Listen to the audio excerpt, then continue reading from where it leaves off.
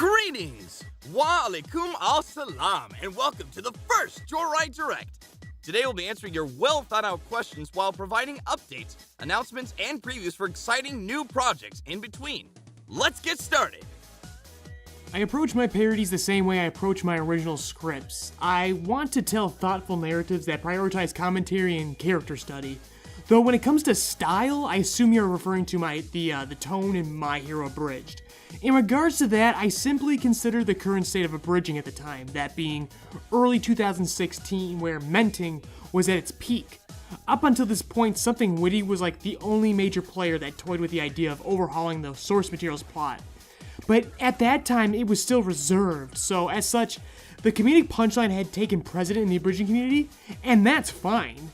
But that's not how progress is made, so I designed My Hero Abridged with the purpose of being contemporary abridging's antithesis. Prioritize an original narrative above the punchline, deliver serialized stakes and consequences that must sequentially be reckoned with, in a zeitgeist that clearly and currently had ignored them. I wanted to take everything not one, but several steps further. Like everyone else will tell you, Team 4 Stars DBZA. I discovered it in college, and when I was done binge watching it, I thought, I could one-up this.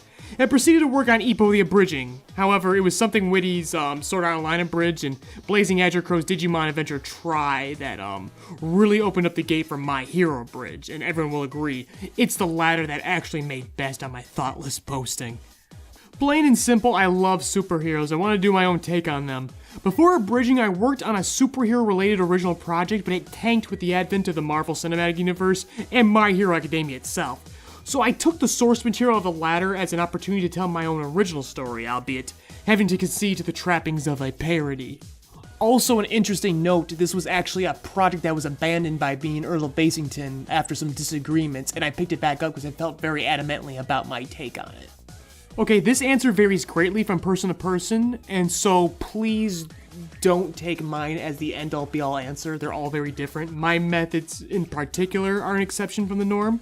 But let's say we lined up pre-production, a script writing session, a recording block, and the editing process of a single episode from head to tail. An episode of My Hero Abridged could be produced within a month. Finales take like an additional week or two because I really go out on those, like with additional scenes that have to be kind of animated. But specifically, this entails a few hours of scripting, a full week and a half of recording sessions if schedules go as planned. Spoiler alert, they never go as planned. And 2 weeks of reasonably paced editing. This is in stark contrast to our one-off parodies, if they're under 10 minutes and incorporate exclusively Joy Crew VAs. That can be done entirely in 2 weeks with room to spare. Scheduling recording sessions is honestly our biggest time hurdle. And before you ask then, why don't you just do more one-offs? It takes time away from My Hero, and that's our main priority, and if you compare viewerships, there was little incentive to do one-offs beyond exercises in collaboration or creative expression. My favorite boxer is the greatest pound-for-pound fighter of all time, Roy Jones Jr., and I honestly couldn't pick a single fight amongst his early to mid-career. No other boxer demonstrates absolute dominance and handle of his craft. That is, until Vasily Lomachenko burst onto the scene these past couple of years. As a favorite fight of his, I could cite his most recent bout with Linares, which was absolutely electrifying. Can you believe it's been 50 years since the first episode of Ippo the Abridging? In celebration, here's the trailer for a completely unrelated parody.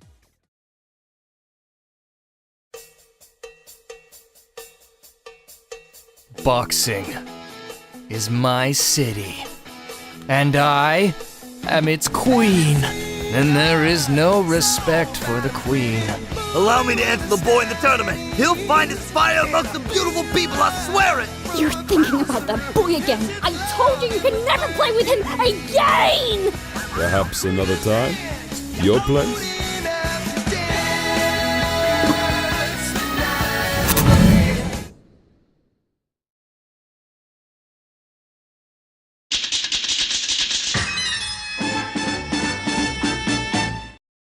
Planning and on-the-fly problem-solving are key. I typically write entire seasons of My Hero Bridge together and then proceed to record lines for at least half the season before the first episode airs.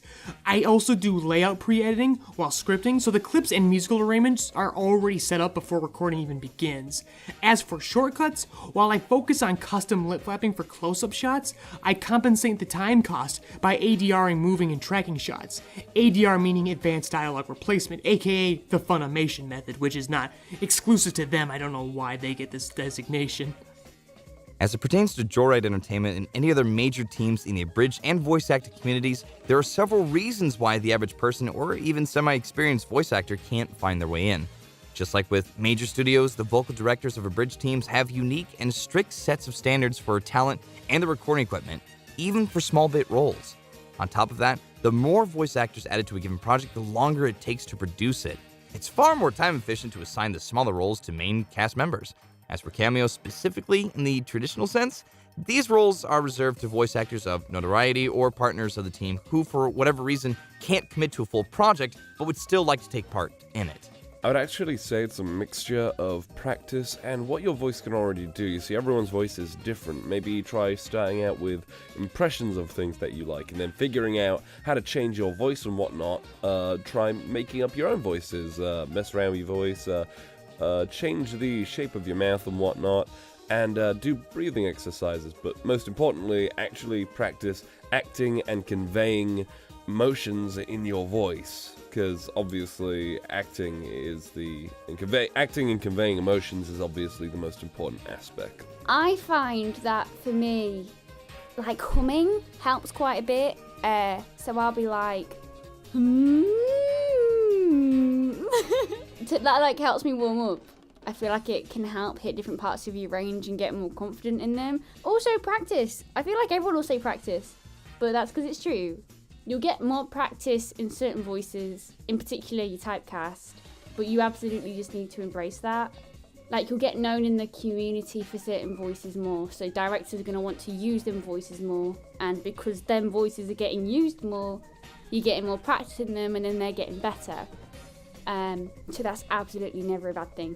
Here are 4 quick ways to hone your voice acting craft. 1. Acting is hard, so here's how to make it not hard. Every emotion there is you've experienced at least once in your life, so if you need to convey an emotion, remember when you felt that way, and just do what you did then.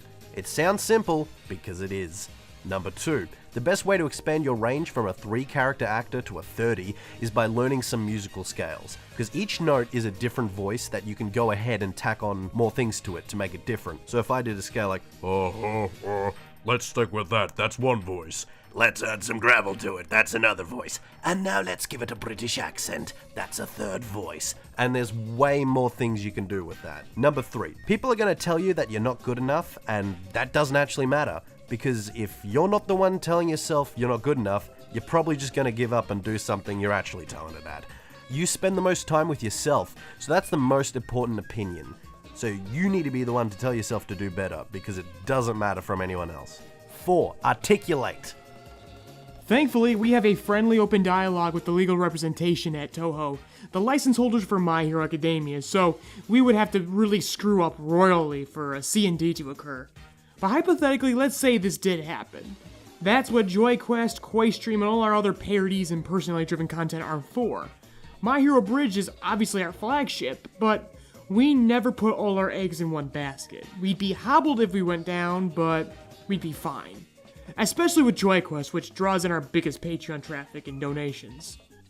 Not at all. Anyone within the main Joy crew can tell you I do a disgusting amount of planning and logistics work in regards to our viewership, and the data would tell you that there's nothing too remarkable about our current growth in relation to how consistently we release content. Because we haven't produced a viral hit, our growth has been steady and average at best. What has surprised me though is the character of the Joyride fanbase. The hardcore group is exceptionally passionate and considerate of one another, and my biggest fear over growing our viewership is the risk of losing that intimacy and that cohesion within our audience. It's an inevitability for growing channels to become overwhelmed by their casual viewership, so I'm trying to enjoy what we have right now and for as long as we can, because y'all are just that great. When we hit our second goal on Patreon, we promised the development of a new parody miniseries, the identity of which has only been confirmed to our loyal patrons. But today, we are proud to officially announce and preview Joyride's worst kept secret. Can't sleep? Handpicked for a mission to Earth, and here I am, unable to shake the feeling something's wrong. I should be grateful. For being used cheaply and conveniently as always? Not like Mars is overflowing with jobs for orphans. So you won't hear me crying about it. What else could you do? You get hit if you cry. You get hit harder if you don't. Get hit if you dodge. Get hit for letting yourself get hit. Think it'd just be easier to say how not to get hit? Yeah. Become the one who does the hitting. Excuse my insubordination, Major, and please take all corrective action as necessary. But am I being led to understand that my men and I were sent to attack fodder? Children do not fight on their own accord! Machines of that name appeared many times at historical turning points. To most people, they only exist in the form of bedtime stories and children's merchandise. Now one has resurfaced to aid the plight of the children who celebrated it. Hell yeah, it is! A little vengeful fun for the whole family!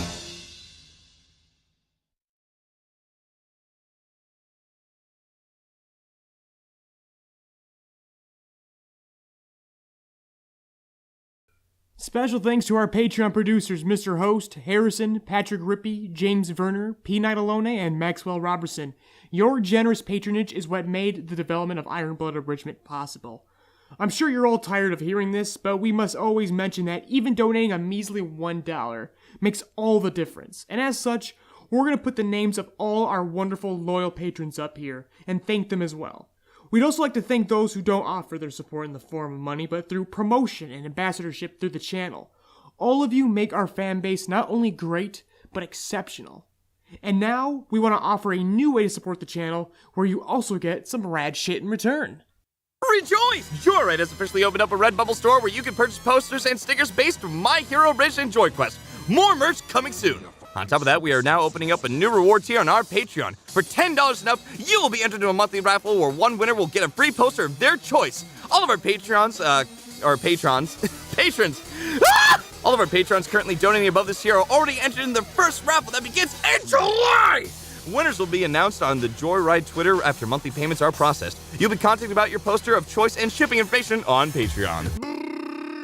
Never. My co-writer on that project, Belware, and I never intended to make more than the pilot, but considering it was Joyride's biggest success at the time, we experimented with the second.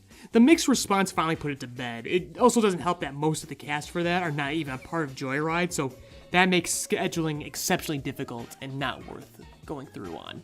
Assuming this is My Hero related, Ochakugo, fight me. Everyone who has lost soundly. I'll just say Ochako and Deku, because there's like feelings established there. So yeah, cop-out answer. Bakugo and Bakushima, they're some good boys. Some good quality hand-holding content. Or Yomama and Jiro. They're my number one lesbians. My good gals.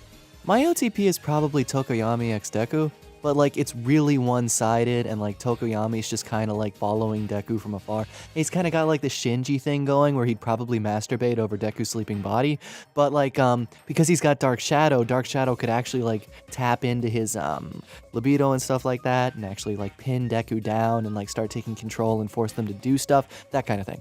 The best girl of all time in all of anime, bar none, is Sachi Komani from Gricia no Kajutsu, or Frida Gricia, whatever you want to call it. She is a good girl, the goodest girl, and you will not tell her otherwise under any circumstances. Don't do it. She is good. Atra from Gundam Iron-Blooded Orphans. The world doesn't deserve her purity, but the boys in this anime do their damnedest to earn it. Probably the hardest question of the bunch. I'd have to narrow it down to either Machi from Hunter or Raimi from JoJo's. My two gorgeous pink girls. I don't think I'd ever be able to pick between the two, to be fair. Oh, big fan of Hunter cereal, honestly. So it'd have to be Hunter. Anywhere for 2 hours. Probably like a theme park, an amusement park, I don't know what you guys call them, with like roller coasters and shit. He's not really scared of heights, and he's quite a fun dude, so I can't really see him turning any rides down or anything. I feel like that'd be a lot of fun. I'd probably just pick Deku, because he nerds out about superheroes, and I do the same. And me and him would just go to the gym and lift and train and geek out about superheroes. I don't know if she'd be down, but I'd really like to hang out with Jiro and just like jam about her quirk for a bit. Like, is it like just straight up amplification, or can she do like some, I don't know, some frequency stuff? Can like she integrate other forms of hardware into her? Is she plug-in compatible? Does she take VST? Does she take VST3? They're canceling the other forms. We have to stick with VST3 now. So she'd have to take VST3 if she could, but I don't know. It seems kind of invasive and I don't want to bug people. Probably Gentle, because I just think he's a really cool villain, and probably one of my new favorite characters, because I actually find him fairly relatable. And, Midnight, for reasons. I'd want to cuddle with Ida. It's not very challenging to voice Bakugo. It's harder to display certain emotions with Bakugo, because I'm trying to make my voice gruff and trying to sound like this the entire time. And it's like very intense, so it's harder to do less intense emotions, like trying to sound kind and compassionate while also maintaining enough consistency to still sound like the character would be the only challenge. So you have to find places in your voice that work together, but it actually comes from a different part of the voice. All the My Hero openings are great, so there really is no wrong answer to. My personal favorite is 3, but objectionably, I believe the first is the best. However, the 4th is a close second. You can hear my in-depth thoughts on the 4th opening in Anime Jock Spring 2018 Impressions. Shameless plug, wee! My Hero Bridge will conclude next season. Since episode 4, I've had an ending planned, and even I can't believe how close we are to reaching it. There are currently no plans to continue the series thereafter, so we of course will not cover the whole source material. Your support and excitement for My Hero Bridge has been especially inspiring. We're currently working hard on the Season 3 finale, which will consist of not 1, but 2 supersized episodes. Here's the trailer.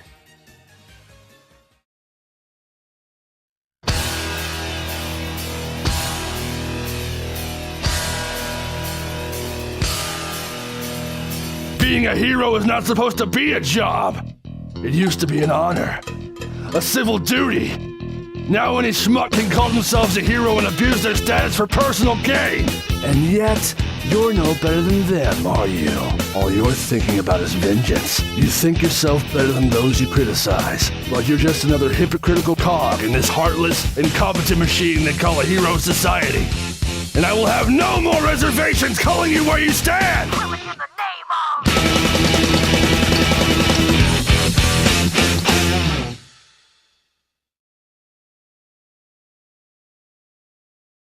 To the uninitiated, Koyo is the collaborative design between me and the fan base and the unofficial mascot of Joyride Entertainment, in vain of, the anti-tuber channels that create and or adopt a kawaii girl as their mascot.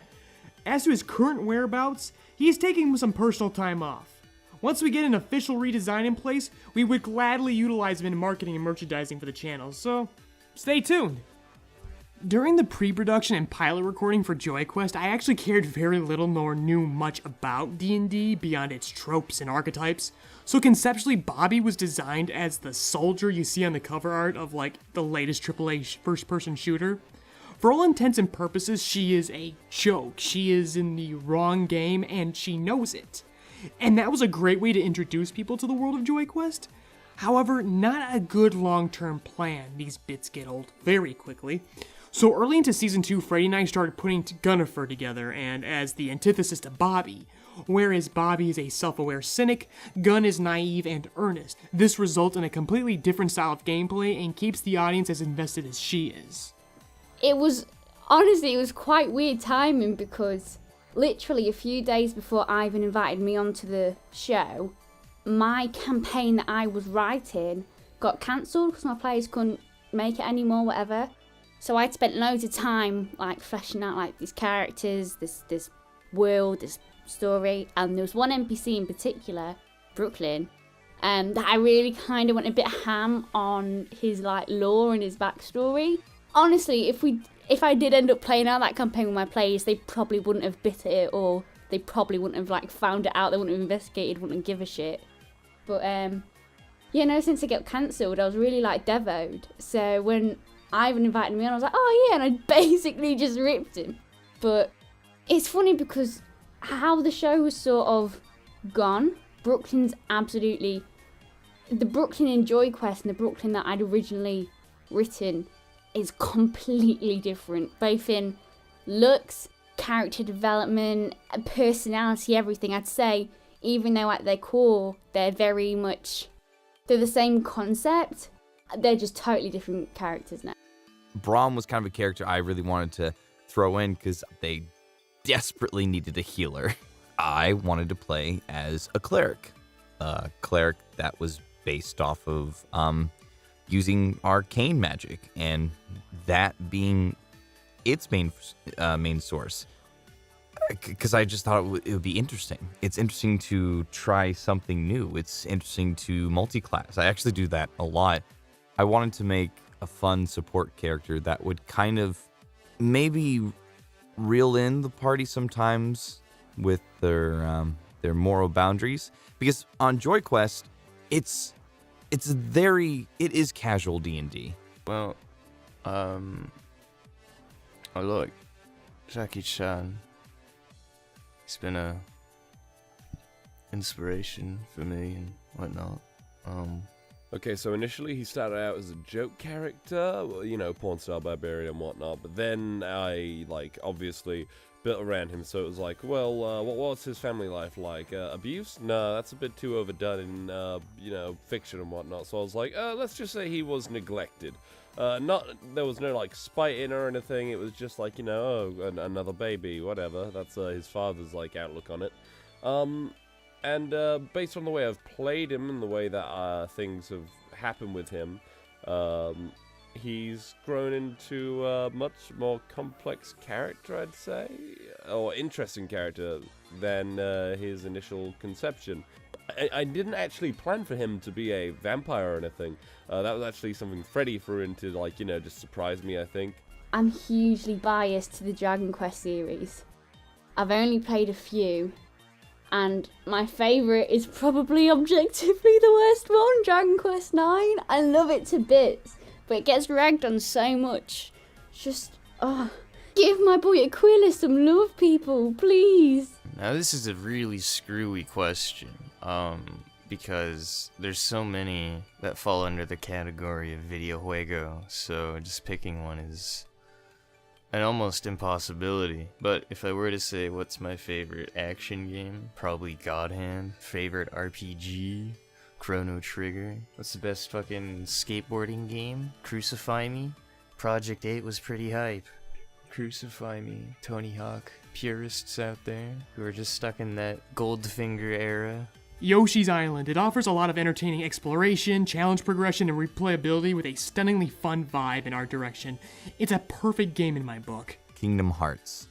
And I don't mean Kingdom Hearts like just Kingdom Hearts. I mean the Kingdom Hearts franchise. And why I absolutely love Kingdom Hearts is, now that's a story I can actually go back and replay. I really enjoyed what they did. It was such a chaotic mess of Final Fantasy stuff and Disney, and they made this baby of awesome fun story time. My favorite game of all time is probably a little game on the DS called Contact. Not because the gameplay is amazing or anything, but the story and the ending of the game really emotionally affected me when I was quite young. I definitely recommend it if you're interested in things that break the fourth wall, because it was 2006. Did the whole fourth wall breaking thing before Undertale and whatnot, and I loved it. Respect women. Oh, I'm sorry, you mean advice in regards to boys, not for them, don't you? Alright, date the same sex, it's much easier. But if you're insistent on boy love, then be direct. Boys are lazy and or shy, mostly lazy. Approaching them yourself saves a lot of time, but perhaps you're shy too. Boys are taught to look out for certain signals in dating material, i.e. playing with your hair, touching their hand or arm, laughing at their terrible abridged parodies. So the opportunities you get to speak to the boy of your dreams, do these things in spades. It'll take time, but it's up to you to make sure they're catching the signal loud and clear, because in this day and age, approaching women is like a game of Minesweeper. Also, don't be afraid to talk about the things you like at the cost of not sounding girly enough or some shit. All boys are secretly gay and would rather date other boys anyway, so if you generally like sports, anime, video games, etc., do not hesitate to bring that up in conversation. They love it. For more tips, download my 69-part audiobook series, A Creepy Old Man's Guide to Boy Love. My influences stem from my exposure, and I've been exposed to a lot of film. So that cinematic flair you see, especially in My Hero Bridge, is inspired by film, and we don't have like 420 hours to list them all. In terms of writing, it once again comes from exposure. I'm not formally trained in writing, so my exposure in this regard comes from literature courses I was forced to take throughout high school and college. Most notably, the Athenian tragedies like Oedipus Rex and Cold War fictions especially resonate with me and reverberate into my own stories, as if you've read them yourself, you can tell. I have a lot of favorite directors, but I'll hand this honor to the first one who always comes to mind for me, that being Sensei Christopher Nolan. He's the only director outside the MCU franchises who still plants asses in theater seats, day one, and it's because he's one of the last true auteurs of film. He is still adamant on practical effects work, which results in a plethora of amazing on-set problem-solving stories. I highly recommend finding behind-the-scenes stories on Dunkirk and The Dark Knight. You won't be disappointed.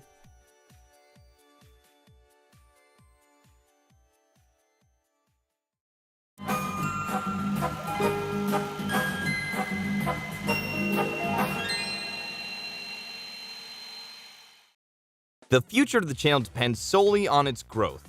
We have very concrete and very secret plans, as long as Leroy keeps his mouth shut. We simply require the audience support and funding to pursue it, and we are well on our way, thanks to those of you who do. I'll be honest, I've never focused on this as a career. I started writing for indie films and student projects as a gig to pay some living expenses in college, and I got into directing as a hobby after that because I was sick of people screwing up the vision of my scripts. I never went to school for either of these. I never planned on pursuing these professionally. So I have no professional connections, nowhere to go in that regard. Online entertainment is a completely different landscape, so the path ahead is unclear. But it's also quite unlimited. The same way I approached the bridging, loudly and boldly, Joyride, even before it went by that name, is a house of ideas that pursues them with confidence. I didn't acquire talent that told me what I wanted to hear. I welcomed those who told me something I haven't heard before. It resulted in a lot of internal arguments and friction with my contemporaries. It deterred audiences and still impedes us from the privilege of ever getting that viral hit that propels us overnight. But these obstacles are what have made Joyride strong. It's forced us to constantly communicate and adapt and toil for every single subscriber and every single Patreon penny because nothing got handed to us for nothing. So we will never bend to industry standards because we refuse to bend to standards at even the abridging community's level. Because we're never going to lose that hunger. Because we're not going to forget that's how we even got this far. As you've seen so far, we're at no shortage of new parodies to pick up once My Hero is complete. But ideally, when My Hero's done, I'm going to begin to slowly step out of parody work and move forward with an original project that I've been slowly and quietly piecing together. What is this original project? Well, it's not like I've been that tight-lipped about it. Go on my Twitter and you'll see me workshopping countless character designs, but I've never formally announced what they were for. I'm not sure if I should this early in the game. You know what they say, the quickest way to kill a project is by announcing it before it's done. But then again, when have I ever failed to deliver? Don't say Ippo! Connie Quest is my unrestricted take on Battle Shonen if My Hero Bridge wasn't enough to already tip that fancy.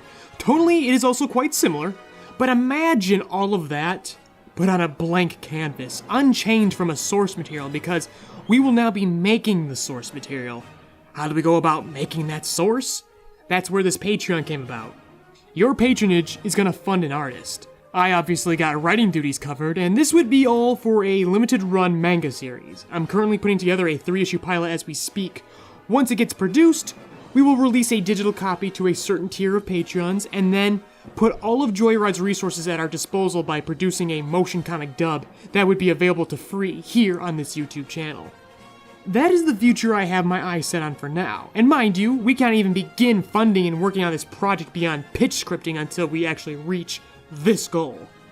I know that's a lot to ask for, but I thought this was a lot to ask for too, but you quickly and graciously helped us get here, and I am eternally grateful. But now, we gotta shoot for the stars. Thank you for all of your questions, and for joining us today for our last Joyride Direct. I'd like to... Oh, what's going on?